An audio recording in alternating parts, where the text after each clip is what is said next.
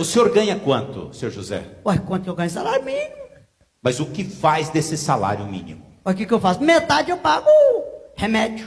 A outra metade é aluguel, energia, essas coisas. Vai, mas e para sobreviver? Regime. 3, 4 dias só no regime. Aliás, vou dar um conselho para todo mundo, tem que ser evangélico. Para fazer, jejuar. Jejuar 4, 20 dias, tudo isso.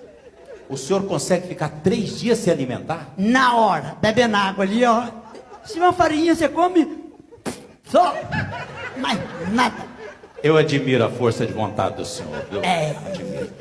A força de vontade do senhor também é grande, né, doutor? O senhor deve comer as coisas gostosas, né? Não, eu como o trivial. O Filé mignon. que é trivial? Ah, é. Filé mignon, lagosta, escondidinho, né? Aliás, você come escondidinho? Ah, firma, rapaz.